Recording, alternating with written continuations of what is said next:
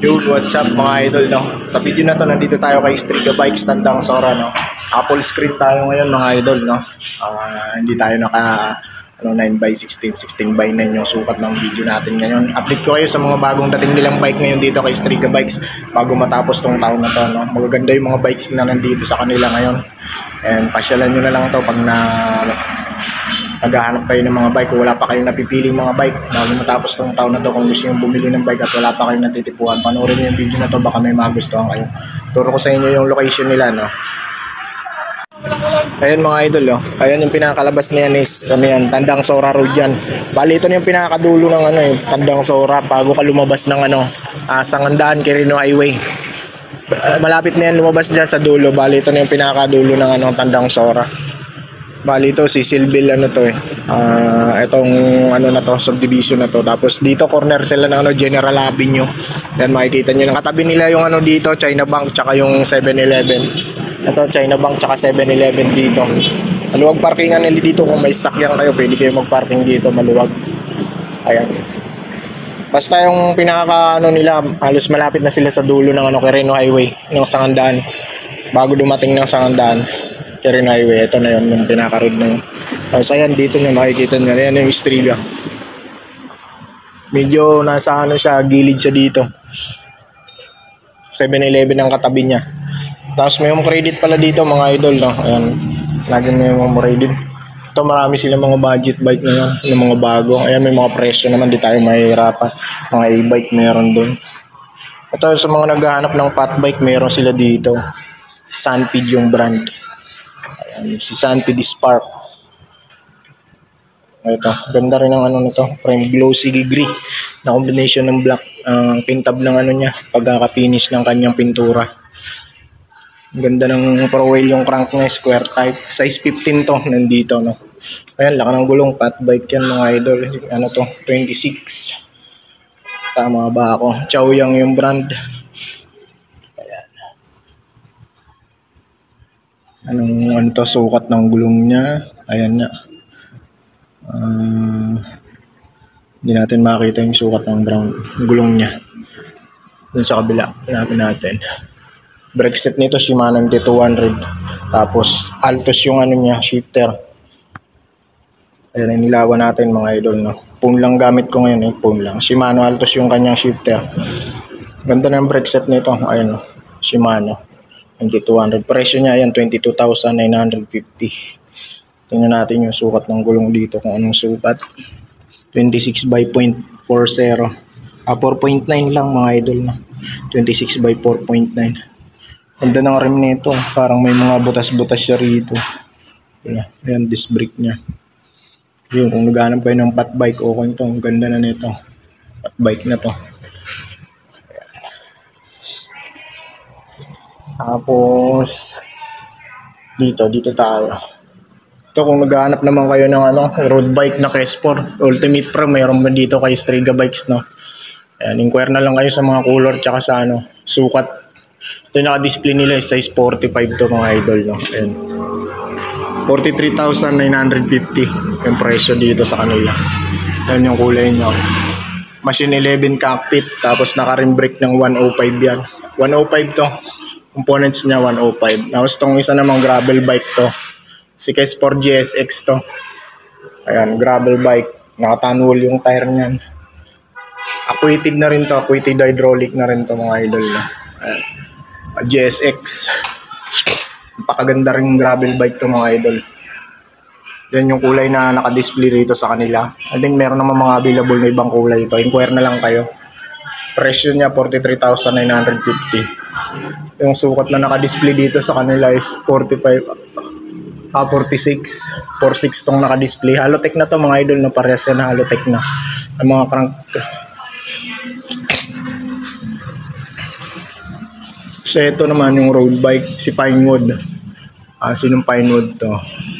Si Pinewood Premier yung naka-disc brake to mga idol na Pinewood, no? Ayan. Ganda na rin itong Pinewood na to sa kanyang presyo. 21,500. Cockpit Pinewood na yan, ayan.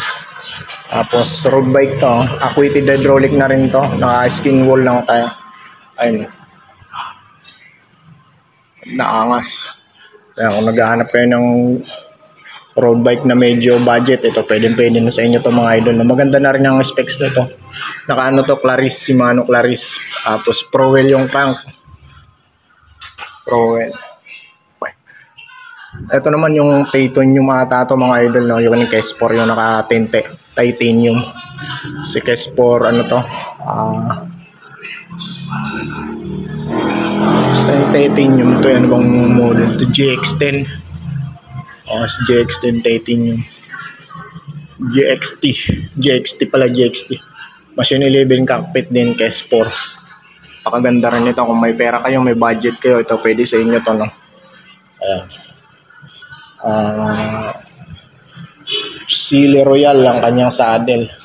Presyo niya 74,500. Gravel bike to mga idol, no? Ang mga specs na ito na kinabit dito is GRX. Yan, naka GRX to. Machine 11 cockpit.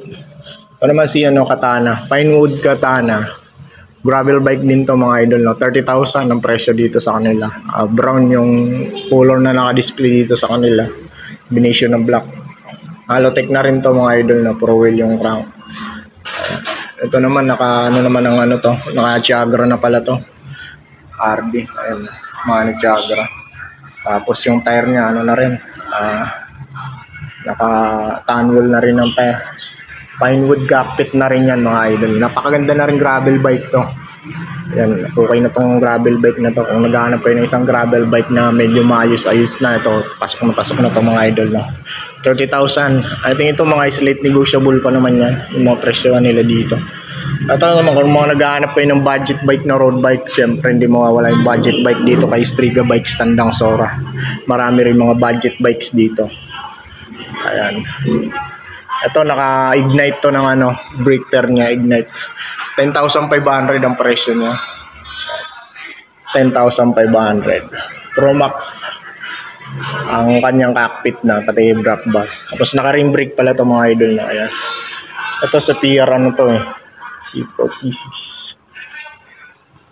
PR50. Si Pro Max PR50. Ayan. So itong isa naman 15,500 si Trinx CLB 3.0. Ito gravel bike din to mga idol. High skin wool na rin ang tire. Ayan. Mechanical na rin siya, naka-disc brake na. Halotech na rin. Ayan. Trinx 3.2. CLB 3.2 pala to mga idol, no? Trinx CLB 3.2. Okay. Correction lang tayo. Cockpit niya Trinx na. Ayan. Tapos ang nito, components niya is L2, naka L2 to.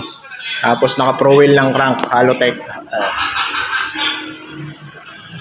15,500 dito kay Striga Bikes. Ito naman si Pinewood Invasor, isang napakagandang gravel bike din ni Pinewood to mga idol, no. Ang ganda ng kulay na naka-display dito sa kanila. Pinewood Invasor. Ayan. Ito ay acquainted hydraulic na to mga idol, no. Tsaka ang ganda ng hubs nito. Ayan, submit. Pinewood cockpit. Presyo niya 23,000.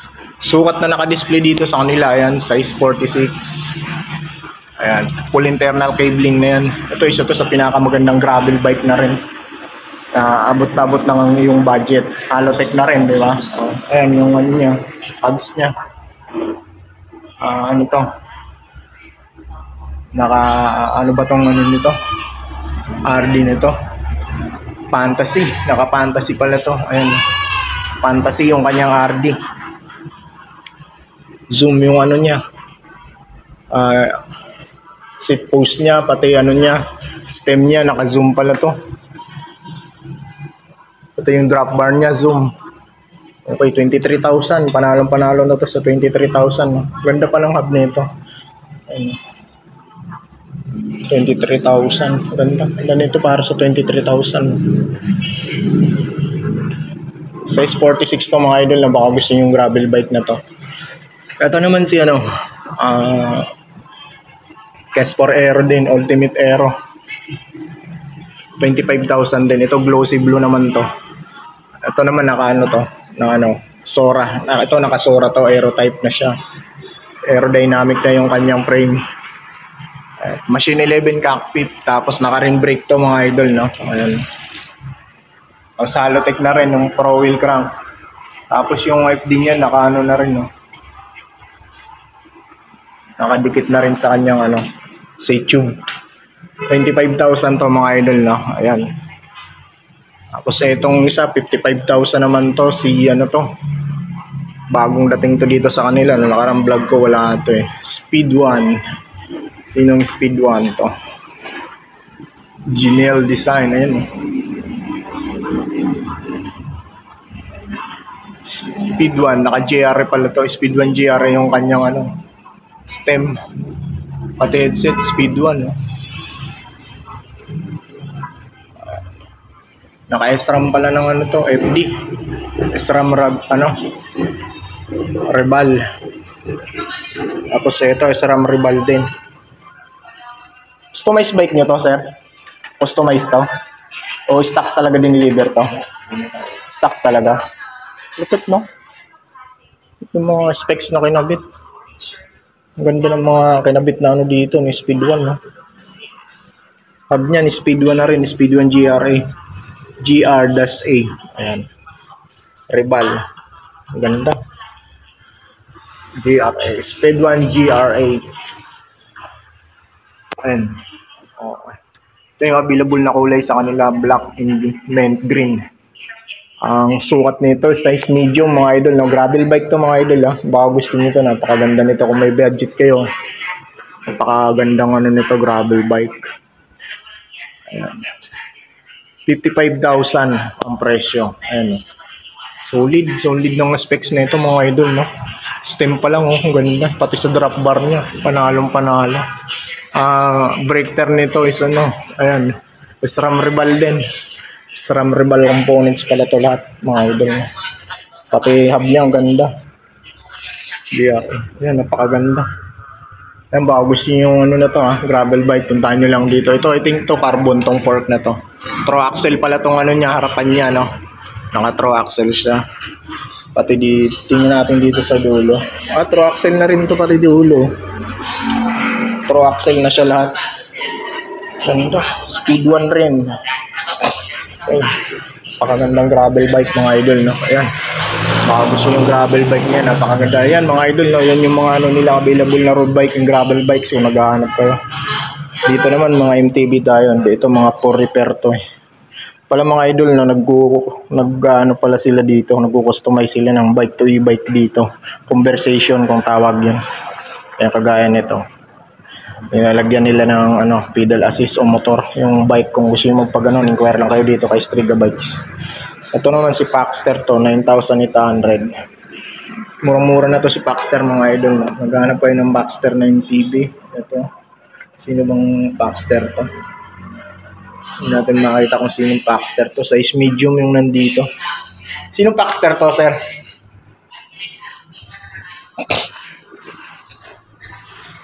Paxter FT33. Hindi natin makita kung sinong Paxter to mga idol. No? Ayan. Naghahanap kayo ng ano, Paxter 27.5 to mga idol. No? Ayan. Cockpit niya. Ayan, Paxter na. Smatch yung ano niya. Hydraulic niya.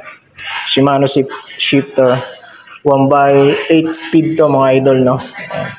Kulay black yung color niya. Murang-mura na mga idol, no? 9,800 para sa isang Paxter na ano, MTB na hydraulic niya. Pwede na, naka-manual lockout. Ito naman Ragosa. Ragosa isang budget bike din, 6,950 lang mga idol, no? May MTB ka na. Ragosa yung brand. Si Ragosa ano to? I think ba si Megan to eh. Ragosa Megan. Si Ragosa Megan yata mga idol, no? Ayan. Ito naman ano to? Microchip yung RD niya. Naka 1x na rin yan. Ayan, no? Square type nga lang. Size medium. Nandito naka-display sa kanila. Naka-tanwall na rin ng tire. Ragosa yung brand. Naka-manual lockout na rin. Okay na rin to sa kanyang presyo. 6,995. Hindi nga lang yan hydraulic brake mga idol, no? Ayan. Mechanical siya pero ready for hydraulic siya. Hindi mo na kailangang bumili ng ano, shifter kung sakaling gusto mo mag-hydraulic. kasi nakahiwalay na yung kanyang brake tsaka yung shifter. Karamihan kasi sa mga ganitong budget bike na naka-mechanical ng combo. Pero ito nakahiwalay na siya. Ito naman si Promax, road bike din to. Sinong Promax to? Size medium yung nandito. Ayan. Ito naka R2, L2 R2 to. Ayan. Ito si Promax PR20 ata to. 8,300 dito sa kanila. Ayan, napakamura rin. Isang budget road bike din. Naka L2 to mga idol, no? Ng kanyang brake term. Ito bakal ata itong port niya, pero ang frame niyan alloy. Ito Tosic Brandon 1.5 meron na rin dito sa kanila. 10,400 yung presyo dito sa kanila. Naka hydraulic ng yan, Simers, tapos Sensa MX9 ang kanyang shifter. Manual lockout na rin, tapos yung gulong ayan naka skin wall na rin. Ayan yung frame niya, ganun pa rin yung mga dating Tosic, yung naka-bend, yung nakataas yung dito niya sa taas. Hindi pa rin tinatanggal yung niya, Tosic, ganyan pa rin yung niya para sa kanyang Tosic Brandon.